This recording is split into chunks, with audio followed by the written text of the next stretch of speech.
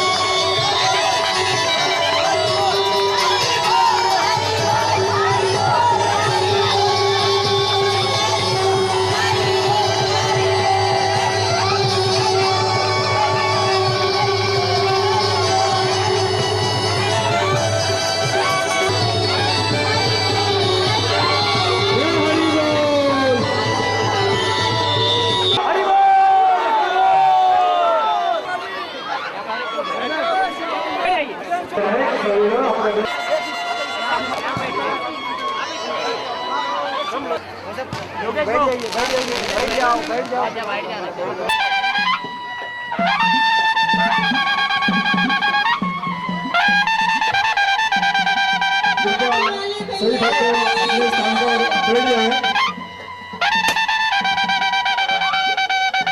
Yes आप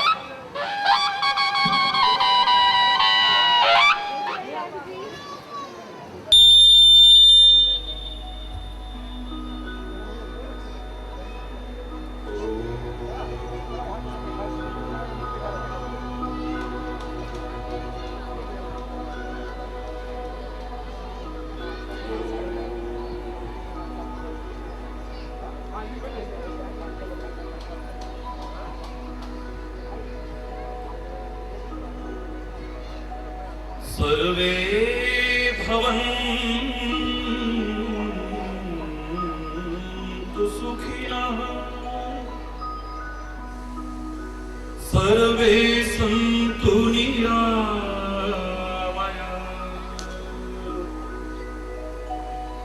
सर्वे भद्राणि पश्यन्तु मा कश्चित्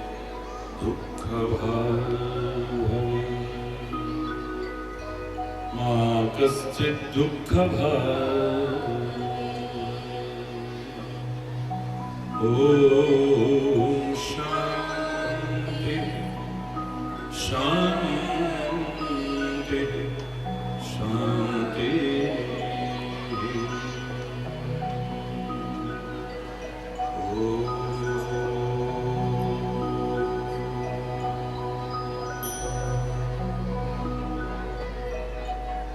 त्वमेव माताश्च पिता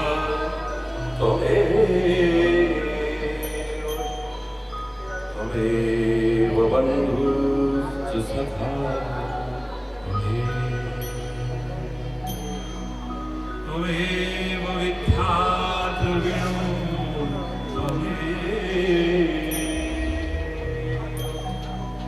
त्वमेव सर्वं मम त्वमेव सर्वं मम देव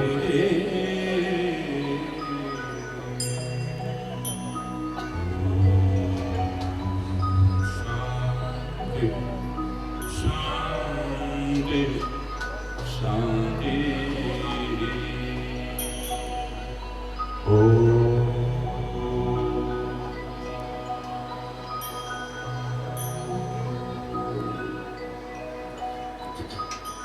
ध्यानमूलं गुरुर्मूर्ति पूजामूलं गुरुपदम् मन्त्रमूलं गुरुर्वाक्यम् मोक्षमूलं गुरुकृपा ॐ शान्ति शान्ति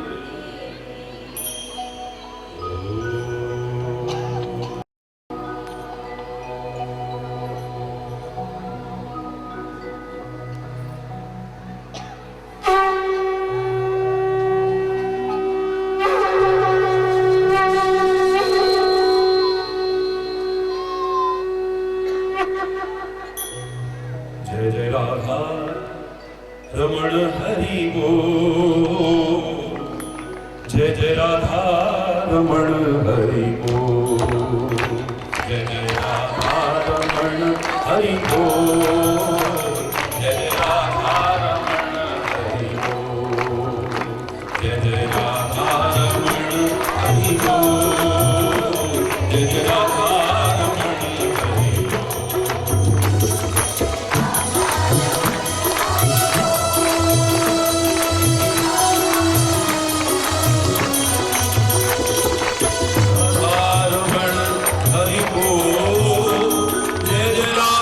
रमण हरि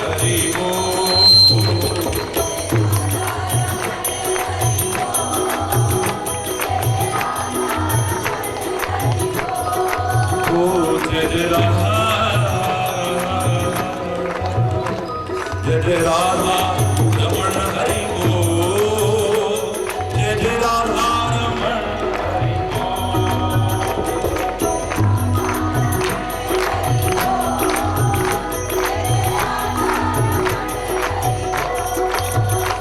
जय जय राधा रमण हरि बोल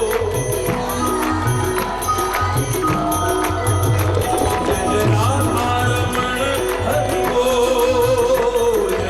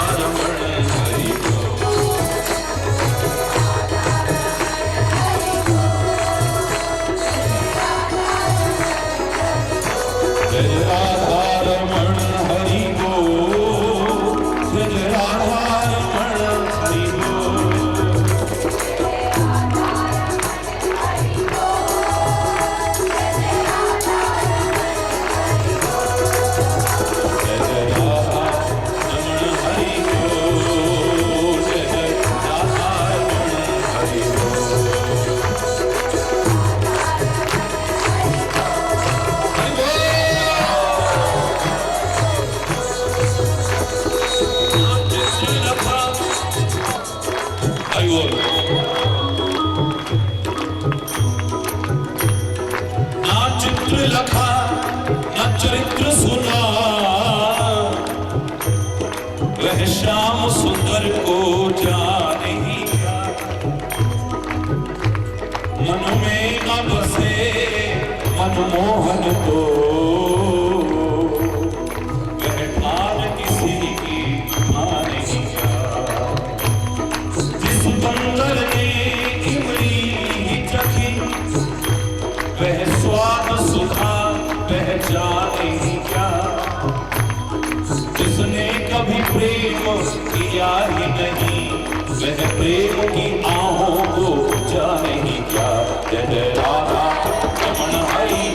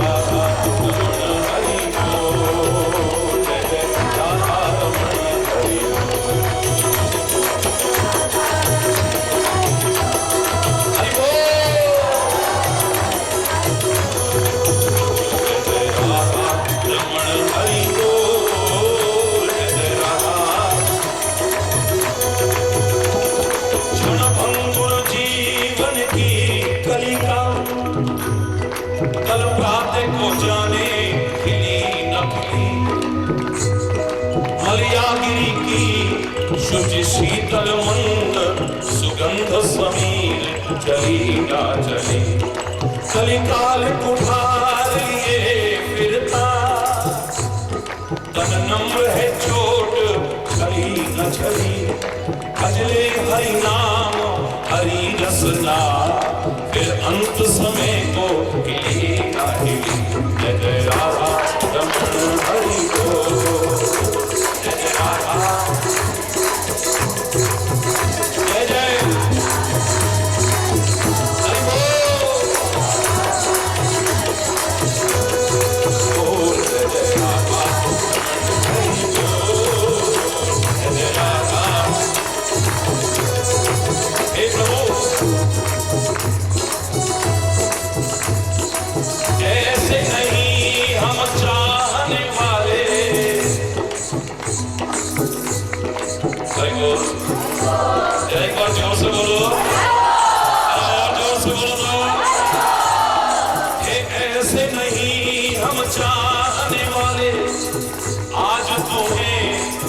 और वो चाहे फेंक दे आंख निकाल के वो, जो दूसरी ओर निगाहें मिलाए।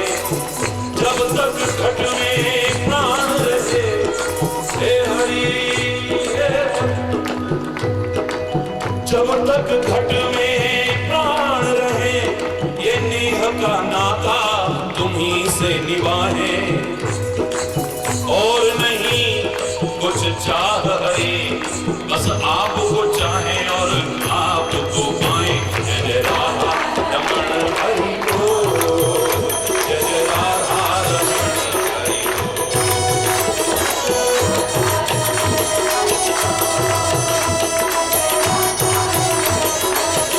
जय जय राधा रमण हरि को,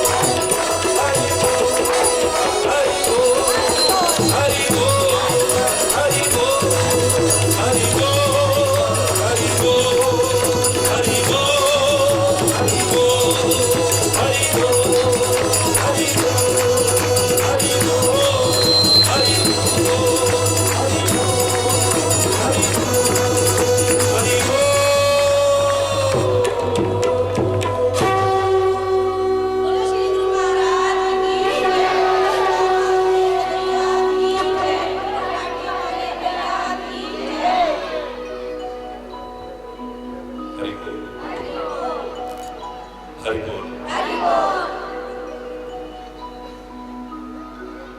सौभाग्यशाली हैं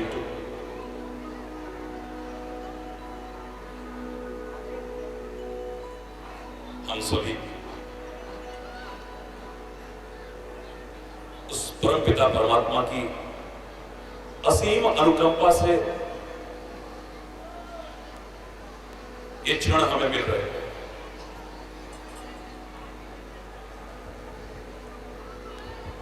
कोटि कोटि नमन उस परमपिता परमात्मा के चरणों में।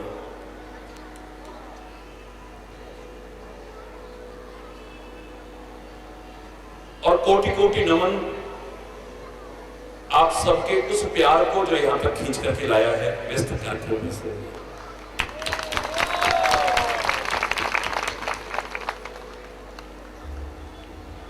हरि बोल।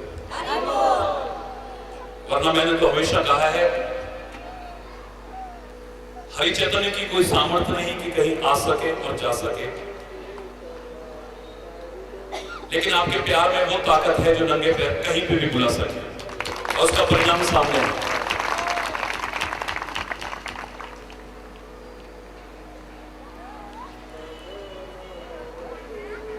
हरि बोल।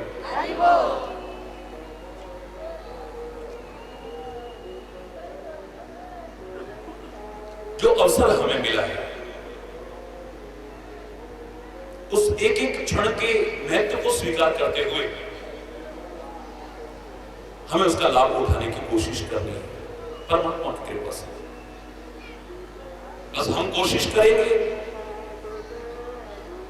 और वो सहायता करेगा। God helps those who help themselves।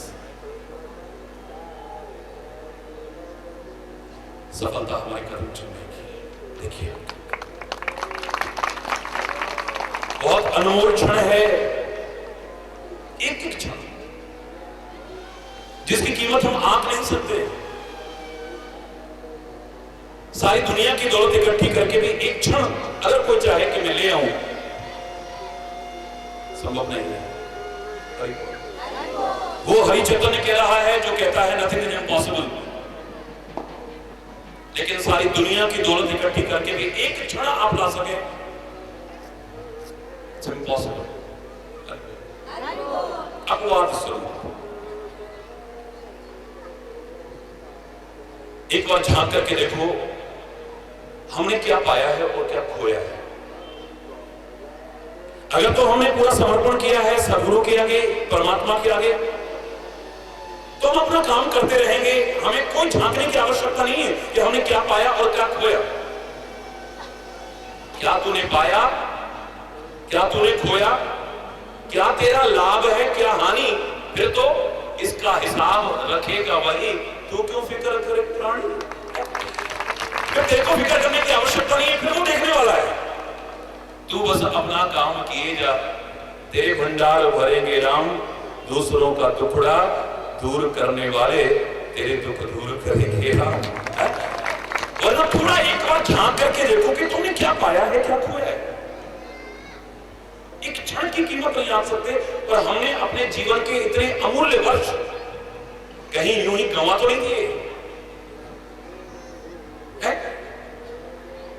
एक एक वर्ष करके कितने वर्ष हमारी जिंदगी के निकल गए। हम सोचते हैं हमारी उम्र बढ़ रही है, वास्तव में हमारी उम्र घट रही है। बोलिए, बढ़ नहीं रही, घट रही है। तो विचार करो, जाते हुए इस एक एक क्षण को हमने भोग नहीं, उपभोग नहीं, उपयोग नहीं, सदुपयोग किया है या नहीं, और नहीं किया है तो कम से कम दुरुपयोग तो नहीं किया है। खोज करके देखना है।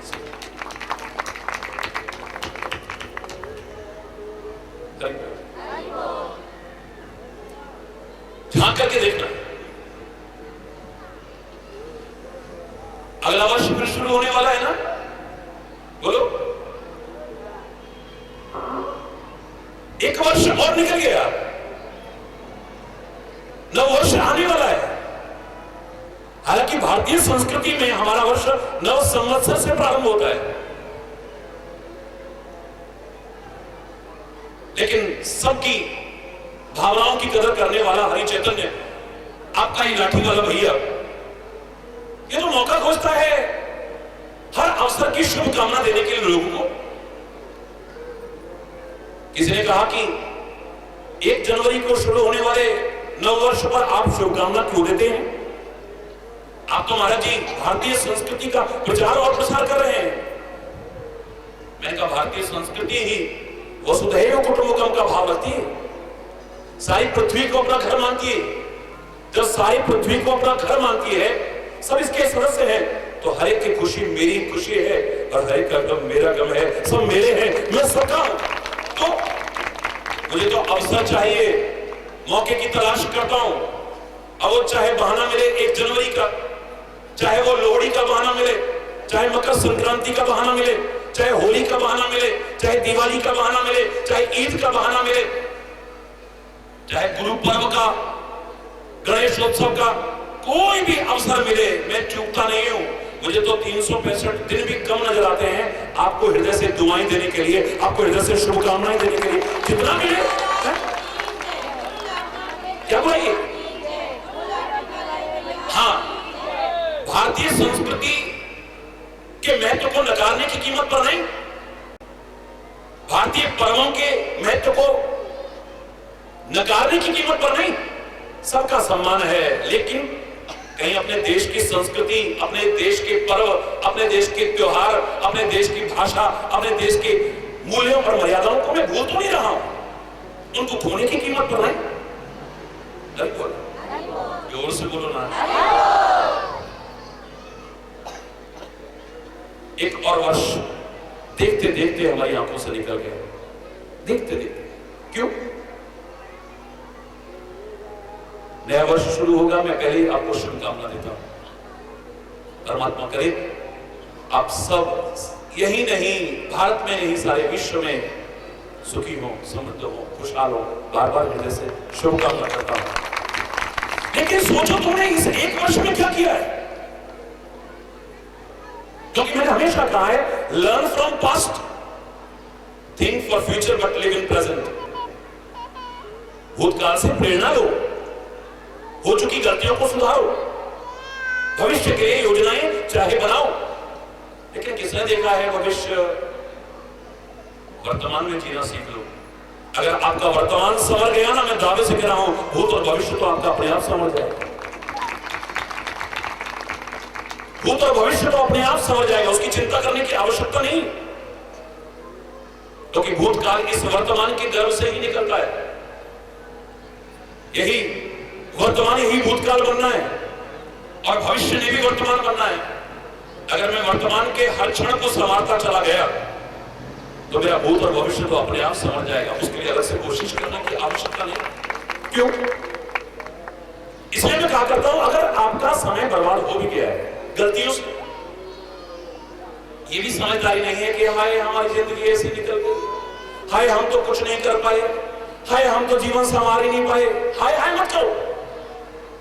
Don't cry on split milk. दूध जो उबल करके गिर चुका है उस पर मत चिल्लाओ।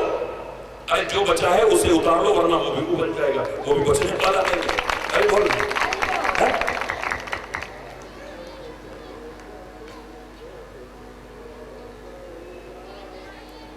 जो बचा है इसे तो संभाल लो। हाय दूध उबल गया, हाय दूध उबल गया। जो ऐसा करेगा उसे समझदार कहोगे? अरे जो उबल गया सो उबल गया, जो बचा है इसे उतार ले, वरना ये भी उबल जाएगा भाई। अरे बोलना, निकल गया सो निकल गया। अब सोच तूने क्या किया है। परमात्मा की कृपा से जो हमें मिला है, मैंने हमेशा कहा उसका भोग नहीं, उसका उपभोग नहीं, उसका उपयोग नहीं, और खाली उसका सदुपयोग करना है। और सदुपयोग अगर न कर सको, कम से कम दुरुपयोग करने की कोशिश नहीं करनी। एक एक क्षण का सदुपयोग। और हमारे तो देखते हैं 1 वर्ष निकल गया। 1 वर्ष की क्या कीमत है जानते हैं आप? वैल्यूएट कर सकते हैं? बोलो, कीमत आंक सकते हैं 1 वर्ष की क्या है? 1 वर्ष की क्या कीमत है? जरा उस स्टूडेंट से पूछो जिसका 1 साल बेकार हो गया हो। अभी बोल 1 साल कीमती, 1 साल उससे पूछो जरा 1 साल की कीमत क्या होती है? जब उसी क्लास में दोबारा बैठना पड़ता है ना, अपने से जूनियर्स अपने बगल में आके बैठते हैं ना, उनके मन में दुर्भावना आए या ना आए, लेकिन इसके मन में हीन भावना आ जाती है। ये क्या सोचते होंगे मेरे बारे में? क्यों? अपने से सीनियर्स जब मिलते हैं ना, अपने साथ के सहपाठी जो अगली कक्षा में चले गए वो मिलते हैं ना, उनके मन में चाहे कोई भावना आए ना आए, लेकिन इसके मन में एक कॉम्प्लेक्स आ जाता है, इंफीरियरिटी कॉम्प्लेक्स, एक हीन भावना अपने आप जन्म लेने लगती है। ये क्या सोचते होंगे मेरे बारे में? है? मैं शुभकामना करता हूं कि बच्चे टाइम से समझ जाएं, और बच्चों का नहीं, किसी का भी 1 वर्ष तो क्या, जीवन का 1 क्षण भी बर्बाद ना हो। अच्छा मैं शुभकामना करता हूं, आप सबके लिए करता हूं, परमात्मा से प्रार्थना करता हूं, सफलता आपके कदम चूमे, कदम कदम पर चूमे। लेकिन 1 वर्ष की क्या कीमत है, उस विद्यार्थी से पूछो जरा। 1 वर्ष भी बहुत दूर की बात है। मैंने कहा था कि 1 महीने की कीमत क्या है, मेरी उस बहन बेटी से पूछो, मेरी माताओं से पूछो, जिन्होंने गर्भ में 7-8 महीने तक अपने खून से पाल करके उस बच्चे को रखा, और 1 महीने पहले ही उसको प्रसव पीड़ा शुरू हो गई, आशंकाएं होने लगी कहीं कुछ दुर्घटना ना हो जाए, हाय पता नहीं क्या होगा, हाय पता नहीं। ये 1 महीना और ठीक ठाक निकल जाता तो इस 1 महीने की क्या कीमत है, उस मां से पूछो, उस बेटी से पूछो, उस बहन से पूछो जरा। 1 महीना तो बहुत दूर की बात है, बहुत दूर की बात है। 1 दिन की क्या कीमत है जानते हैं आप? उस दिहाड़ी मजदूर से पूछो जो सारा दिन मेहनत करता है, कमा के लाता है, तब अपना और अपने परिवार का पेट पालता है। आपने तो जरा जरा बात में जाम लगा दिया, आपने तो बात बात में बंद करवा दिया। क्यों? दिन भर कमा करके शाम को पैसे ला करके अपने परिवार का जो पोषण करता है, उस दिहाड़ी मजदूर से पूछो कि 1 दिन की क्या कीमत है। आज उसको खाने को नहीं मिल रहा, उसका चूल्हा नहीं जला आज, तुम क्या समझोगे?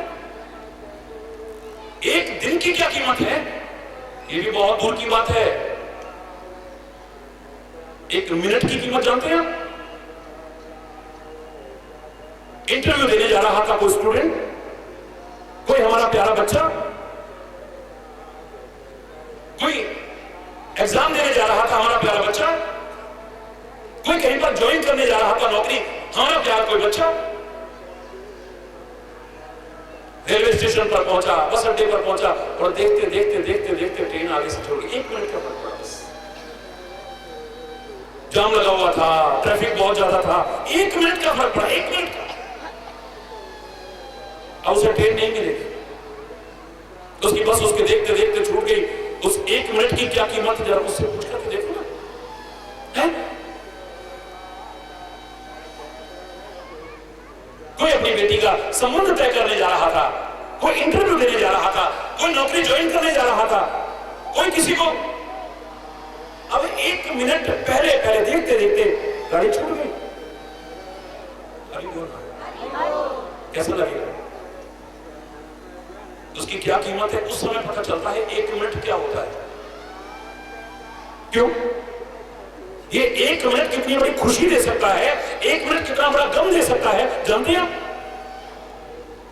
1 मिनट पहले हमारे सामने हमने जरा सी गाड़ी की स्पीड कम की और दूसरा तेजी से लाया, सामने एक्सीडेंट हो गया।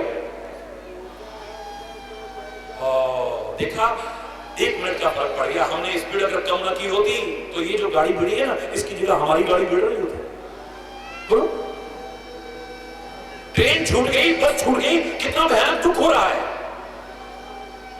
इतना अच्छा आया हुआ अवसर हाथों से निकल गया 1 मिनट के चक्कर में। और पता लगा कि जिस ट्रेन में हम जा रहे थे उसका एक्सीडेंट हो गया और काफी लोग मर गए। अब खुशी कितनी हो रही है, अच्छा हुआ एक नौकरी तो निकली ना, कोई बात नहीं, जिंदगी तो बच गई। अरे उस ट्रेन में हम भी जा रहे थे, भगवान भगवान ने बहुत अच्छा किया हमारे साथ, अभी तक तो भगवान को दोष दे रहे थे। वो 1 मिनट कितनी बड़ी खुशी और कितना बड़ा गम दे सकता है, इसे तुम नहीं समझ सकते हो। 1 मिनट भी बहुत दूर की बात है, 1 क्षण, 1 सेकंड कितना कीमती है जानते हैं आप? ओलंपिक्स में 100 मीटर की, 200 मीटर की, 400 मीटर की, 1000 मीटर की रेस हो रही है। हर देश की अपने अपने दौड़ने वालों पर नजर टिकी हुई है। क्यों? सारे के सारे टेलीविजन के आगे बैठे हुए। 2 लोग आगे चले गए, दोनों देशों के लोग बड़े खुश हो रहे हैं। खाली वही दोनों दौड़ने वाले खुश नहीं हो रहे, सारा देश खुश हो रहा है। दोनों के मन में है कि देखा, बस अब बिल्कुल वो लाइन आने वाली है, इस बार तो गोल्ड मेडल मेरे को मिलेगा। और जोर से भागता है, और जोर से। लेकिन देखते देखते देखते देखते जैसे ही वो रेखा आई, उसका पैर पहले उधर पड़ गया और इसका पैर 1 सेकंड बाद सिल्वर मेडल मिला तो सही, लेकिन गोल्ड मेडल देखते देखते 1 सेकंड के फर्क में यहां से निकल गया। सारे देश के लोगों पर और उस धावक पर कैसा लगेगा ये वो जान सकता है, इसे तुम नहीं समझ सकते। 1 सेकंड की क्या कीमत, 1 सेकंड। हमने इतना अमूल्य जीवन यूं ही निकाल दिया। हरि बोल रहा है। कितनी बार हमें मौका मिला अपने जीवन को संवारने का, कितनी बार मौका मिला हमें अपने जीवन को बनाने का, अपना बिगड़ा मुकद्दर संवारने का कितनी बार मौका मिला। क्या हम उसका लाभ उठा पाए?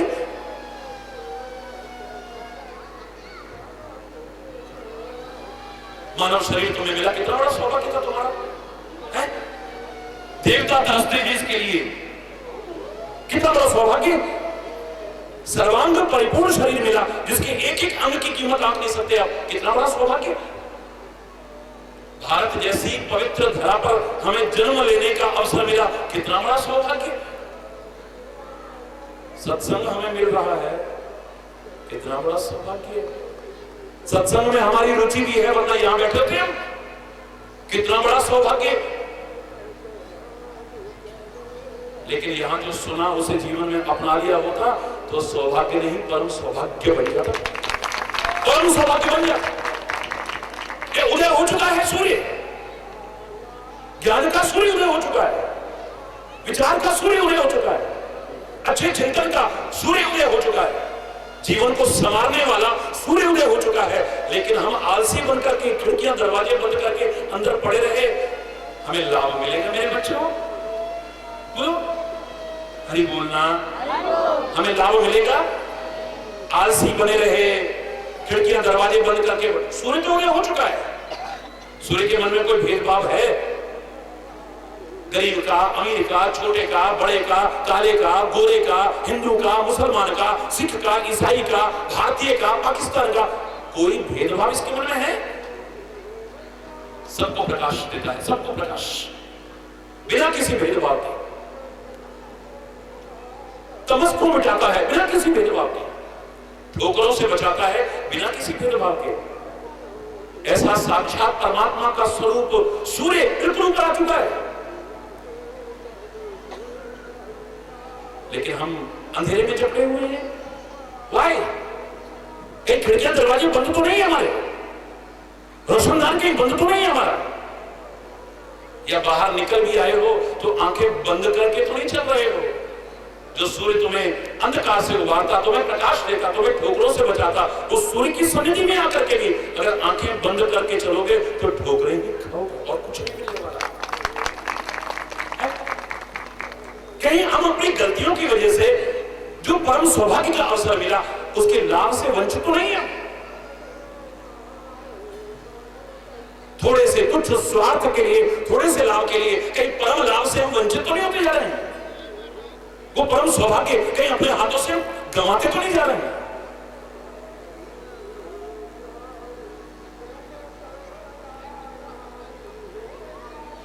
बंबई का वो दर्द जब बच्चों ने सुनाया मुझे, जिस समय यहां पानी पानी हो गया था, आज भी उस दृश्य को याद करके हृदय भर आएगा, स्वाभाविक है। पानी नहीं, बिजली नहीं, क्या हालत हो गई थी। हरि बोलना, जोर से बोलना। जैसे इस क्षेत्र में तो, इस क्षेत्र में भी हुआ लगे, बोलो ना। हाँ, क्या हालत है। वो दृश्य की कल्पना करके मैंने एक बार कहा था ना, पानी नहीं आ रहा है नल में, बहुत दिन हो गए। जो हमारा जमा पानी था वो भी खर्च हो चुका है, बर्तनों का ढेर लग चुका है, झूठे बर्तनों का, गंदे कपड़ों का ढेर लग चुका है, झाड़ू पोछा बहुत दिन से किया नहीं, पानी है नहीं। अब तो नहाए हुए भी कई दिन हो गए। हरि बोल, कहीं की दृष्टि की कल्पना है। भोजन बनाए तक के लिए पानी बड़ी मुश्किल से पीने का जैसे तैसे खरीद करके ला रहे हैं, थोड़ा बहुत। अचानक घनश्याम उमड़ गए। घनश्याम जानते हैं, काले काले बादल आसमान में चारों ओर मंडराने लगे। बारिश हो जाएगी ना तो चलो पीने के पानी का तो इंतजाम कर लेंगे जैसे तैसे, कपड़े धोने लायक तो हो जाएगा ना, है कहीं बोलना, बर्तन साफ करने के लायक तो हो जाएगा ना, झाड़ू पोंछे के लायक तो हो जाएगा, कुछ पानी साफ इकट्ठा हो जाएगा हमारे पास। और जल्दी जल्दी जल्दी जल्दी में हम गए और अपने घर के जितने बर्तन थे सारे ले जाकर के छत में रख दिए। आप में से अधिकांश लोग रोज टेलीविजन पर सुनते हैं। क्या कहा था मैंने, वो व्यक्ति अपने घर के बड़े से लेकर के छोटे बर्तन तक सारी छत में ले जाकर रख देता है। 4 घंटे जमकर के बारिश हुई, चारों ओर पानी पानी हो गया। बड़े खुश थे, कुछ पानी भर गया होगा। ऊपर गए, जाकर देखा तो सारे बर्तन खाली। अब ऐसा हो सकता है कि सड़कों पर पानी भर गया, तालाब भर गए, नदियां उमड़ घुमड़ के चलने लगी, चारों ओर पानी पानी नजर आ रहा है, लेकिन हमारे छत पर रखे हुए बर्तन सारे के सारे खाली। ऐसा हो सकता है क्या? लेकिन हुआ। आप कह रहे हैं कि नहीं हो सकता है, इतने 4 घंटे बारिश हो और हमारे बर्तन ना भरे। ऐसा हुआ। क्यों हुआ? क्योंकि तो कुछ बर्तन हमारे उल्टे रखे हुए थे। हरि बोल, जोर से बोलना। उल्टी हो गई मती करके अपनी क्षति रोने लगा, साथी सारे जगे तू न जागा, बेला अमृत गया आलसी सो रहा बन अभागा, साथी सारे जगे तू न जागा, साथी सारे जगे तू न जागा, बेला अमृत गया आलसी सो रहा बन अभागा, साथी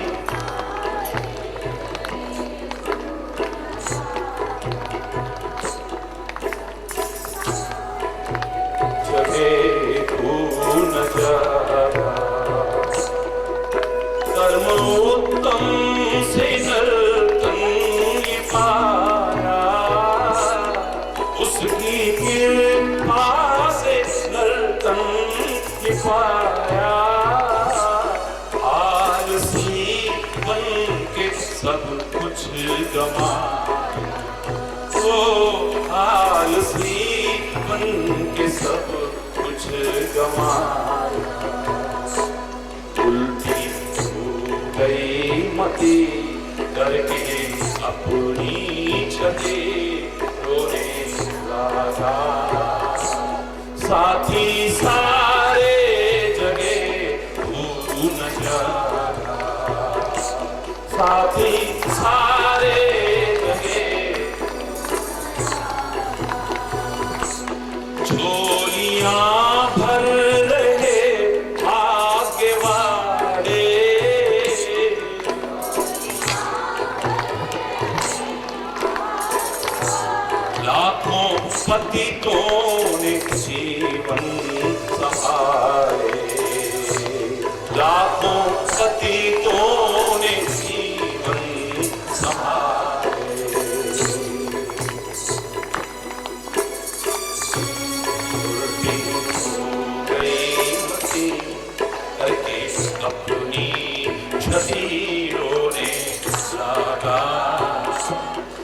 साथी सारे जगे तू न जागा, मेरा अमृत गया आलसी सो रहा बन अभागा।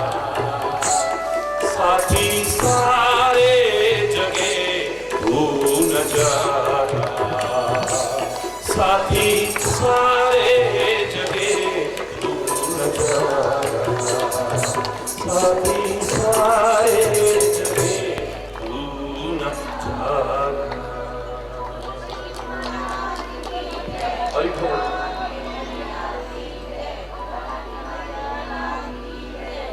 हरि बोल। उल्टी हो गई मती, बर्तन उल्टे रखे हुए थे,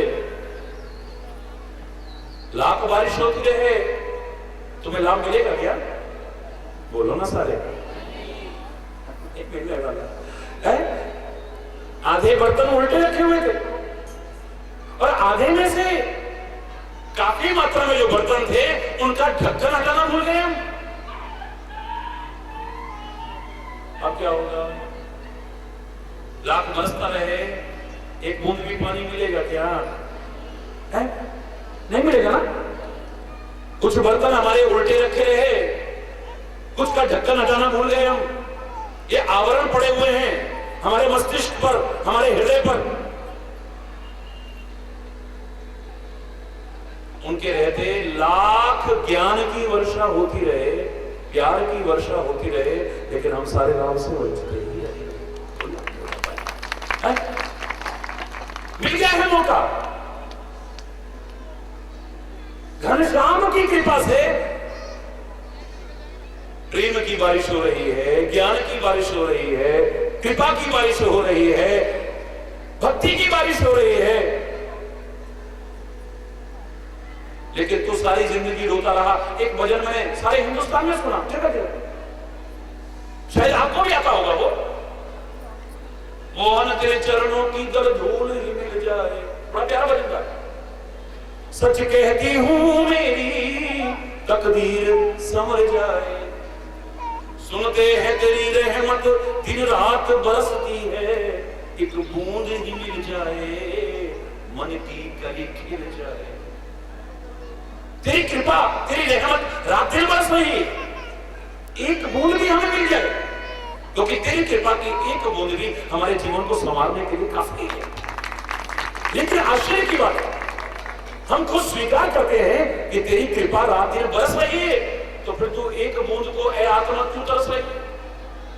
बाहर बरस रही हो और तू एक बूंद को तरस रही हो, फिर बात तो गले नहीं उतरती भाई। कहीं ना कहीं मूर्खता है। तुम बाहर निकलोगे नहीं तो क्या होगा? तुम बाहर निकल करके तो देखो, संकीर्णताओं की दीवारों में जो जकड़े बैठे हो उनसे बाहर निकल करके तो देखो, आवरणों से जो ढके हुए अंदर पड़े हुए हो एक बार बाहर निकल करके देखो, कुएं के मेंढक बन करके जो अंदर पड़े हो एक बार बाहर निकल करके तो देखो, एक बूंद नहीं तुम सारे के सारे सराबोर हो जाओ। बाहर बरस रहा हो और तू एक बूंद को तरस रहा हो। समथिंग रॉन्ग, मामला गड़बड़ है ना। बाहर बरस रहा हो और तू एक बूंद को तरस रहा हो। मुझे तो तरस आता है? समझदार प्राणी एक बूंद के लिए तरसेगा। बाहर निकल, नहा जाएगा पूरा का पूरा, एक बूंद नहीं, या तो सारी जिंदगी निकल गई। बुढ़ापा आ गया, अभी तक वही गाए, तू प्यार का सागर है, तेरी एक बूंद के प्यास। अबे सागर पास है, ये सागर हो सकता है दूर हो, लेकिन वो जिसे तू प्यार का सागर कह रहा है वो तो मेरे से दूर कभी हो ही नहीं सकता। जिस दिन वो दूर हो गया तो मैं नहीं रहूंगा। रात दिन उस सागर में रह करके भी अगर मैं प्यासा हूं तो मामला गड़बड़ है। अपनी गलती को भूलो। फिर तो कबीरदास के वो शब्द याद आते हैं, पानी में मीन प्यासी वो सुन सुन आवे हांसी। पानी में रह करके भी मछली प्यासी है। कृपा बरस रही हो और तू एक बूंद को तरस रही हो, मुझे तो फिर तरस आता है। तरस ना आए तुम्हारे जीवन को देख करके, कृपा बरस जाए ऐसा जीवन बनाने की कोशिश करो। निकलो थोड़ा बाहर। अरे बोला जरा जोर से बोलो। कुछ बर्तन उल्टे रखे हुए थे, कुछ बर्तन ढके हुए रखे थे, और कुछ का पेंदा टूटा हुआ था, तला टूटा हुआ था, बेसलेस। बहुत से जीवन कैसे है? आधार विहीन जीवन है, उनके जीवन में कोई आधार ही नहीं है।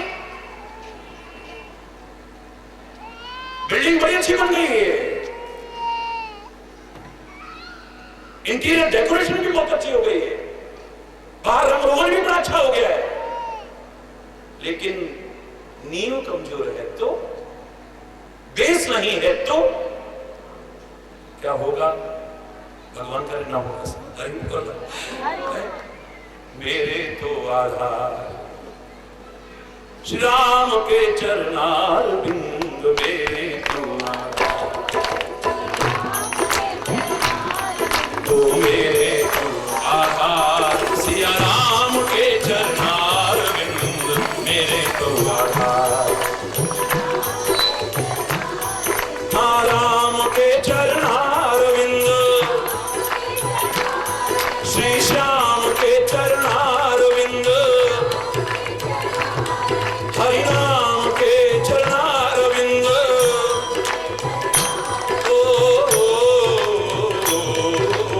मेरे तो आधार, मेरे तो आधार, हरि नाम के चरणार बिंद, मेरे तो आधार सिया राम के चरणार बिंद, मेरे तो आधार, मेरे तो आधार। राम सिया राम जय जय राम,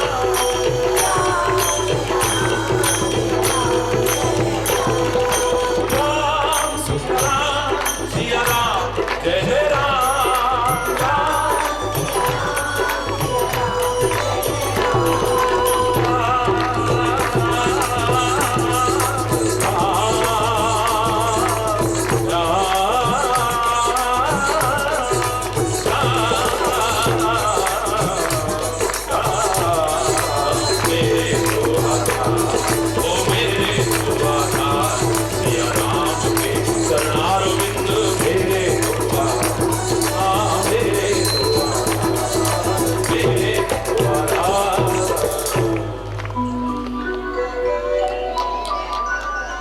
मेरे तो आधार।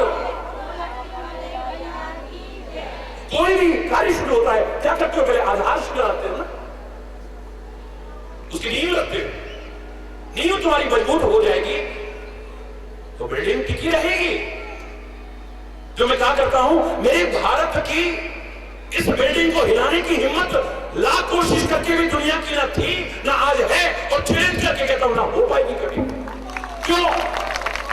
क्योंकि नींव मजबूत है। यहां पर ऐसे ऐसे लोग हुए हैं मेरे भारत में, मेरे प्यारे भारत में,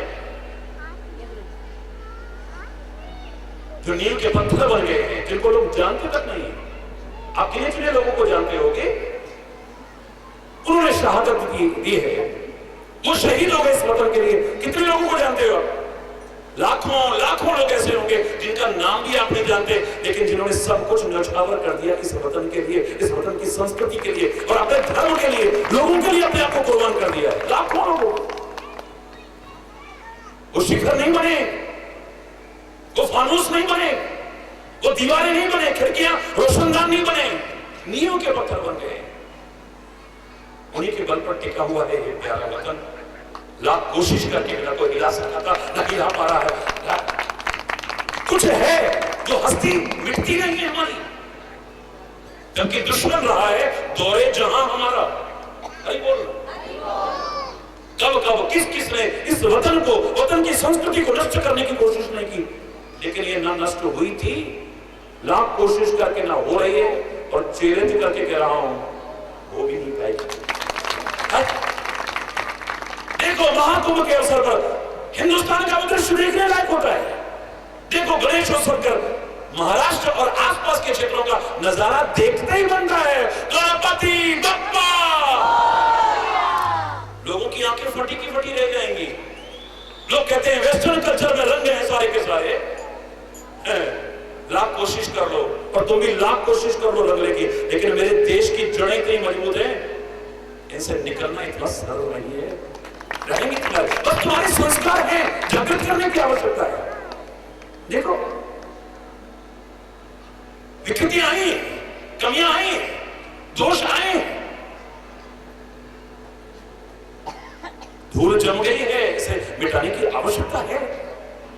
अपनी संस्कृति की और अपने वतन के उस प्यारे रूप को फिर से निखारने की आवश्यकता है। तुम्हारे अंदर जो अच्छे संस्कार है उनको जागृत करने की आवश्यकता है। खाली नहीं है आप खाली नहीं है, मैं चैलेंज करके कह रहा हूं। आप भी अपने आप को बुरा समझते होंगे ना, तो भी मैं चैलेंज करके कह रहा हूं, आपके अंदर अच्छे संस्कार छुपे हुए हैं। वाल्मीकि को भगवान बनते देर नहीं लगती है, आज उसी को हम भगवान का रूप मान करके नमन भी करें, अतिशयोक्ति नहीं है। देर नहीं लगती, एक सेकंड, क्योंकि अंदर संस्कार है। एक सेकंड लगता है, एक सेकंड। जगाने वाला हो कोई, उठाने वाला हो कोई, पानी तो अंदर भरा हुआ है, बस एक आदमी ऐसा चाहिए हमें जिसे खोदना आता हो, खोजना आता हो और खोलना आता हो। बोरिंग कर दिया, मशीन लगा दी, अब देखो पानी पानी है, ऊपर तक पानी जा रहा है, फर्स्ट क्लास पानी। तो खोदने की आवश्यकता है कि कहां है पानी, फिर खोदने की आवश्यकता है, और कहीं पर नीचे नीचे चट्टान आ जाती है, उसे खोलने की आवश्यकता है। खोलते ही बस पानी का स्रोत फूट पड़ेगा, पानी पानी हो तुम्हारे पास, अंदर है सब कुछ। वरना कारगिल के समय जितने बेईमान थे, जितने भ्रष्ट थे, जो अपने आप को भी बुरा समझते होंगे, उनमें भी संस्कार कहां से आ गए? सबके अंदर वो संस्कार कहां से आ गए? इस वतन के लिए, वतन के सैनिकों के लिए, उन शहीदों के लिए हमें कुछ करना है।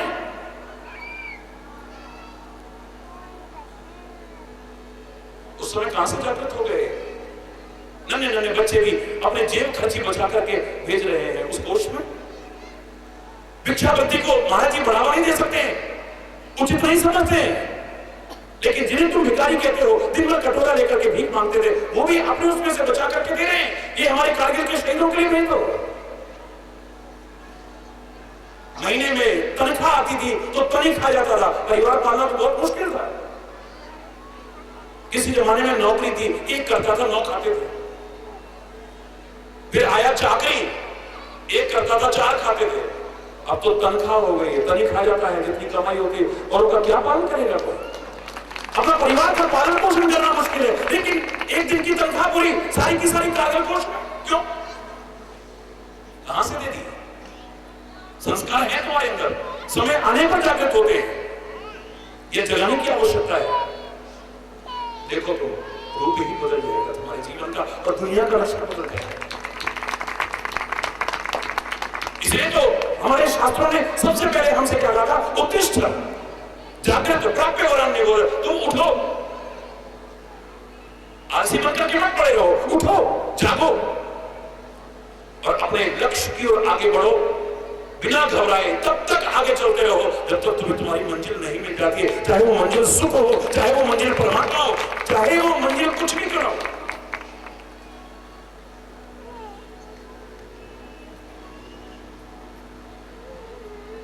एक एक क्षण बहुत अमूल्य है, इसे गंवाने की कोशिश मत करना। मिले हुए सौभाग्य का अवसर उठा करके परम सौभाग्यशाली बनने की कोशिश करना, कहीं पर भी, कभी भी, कैसे भी मौका मिले तो। और मुझे आशा ही नहीं, पूर्ण विश्वास है कि आज यहां से तुम कुछ ऐसा लेकर के जाओगे कि लाख प्रयास करके जिन दुखों से, विपदाओं से, परेशानियों से, टेंशनों से, मुसीबतों से, अशांति से, कलाक्लेश से मुक्ति नहीं पा रहे थे, उसे अपना करके सहज में मुक्ति पा जाओ।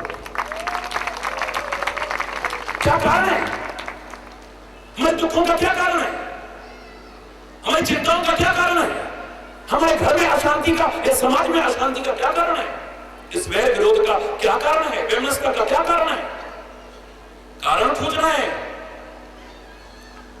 खाली खोजना नहीं है, उस कारण को दूर करना है। कारण को दूर करते ही कई बार उपाय करने की आवश्यकता नहीं पड़ेगी, और उपाय करोगे तो निष्फल नहीं जाएंगे, वो तुम्हारे उपाय सफल हो जाएंगे। देखो, कारण दूर न किया, लाख कोशिश करते रहना अपने रोग दूर करने की, शोक दूर करने की, चिंताएं दूर करने की, अशांति दूर करने की, कलह क्लेश दूर करने की, वैर विरोध दूर करने की, नहीं दूर हो पाएंगे। मेरे प्यारे बच्चों, मेरे प्यारे भाइयों, मेरी प्यारी बहनों, दूर नहीं हो पाएंगे। कारण खोजो। कितने रोग ऐसे हैं जिनका अभी तक पूरी तरह से उपचार नहीं हो पा रहा है। क्यों? क्योंकि उनका कारण मालूम नहीं।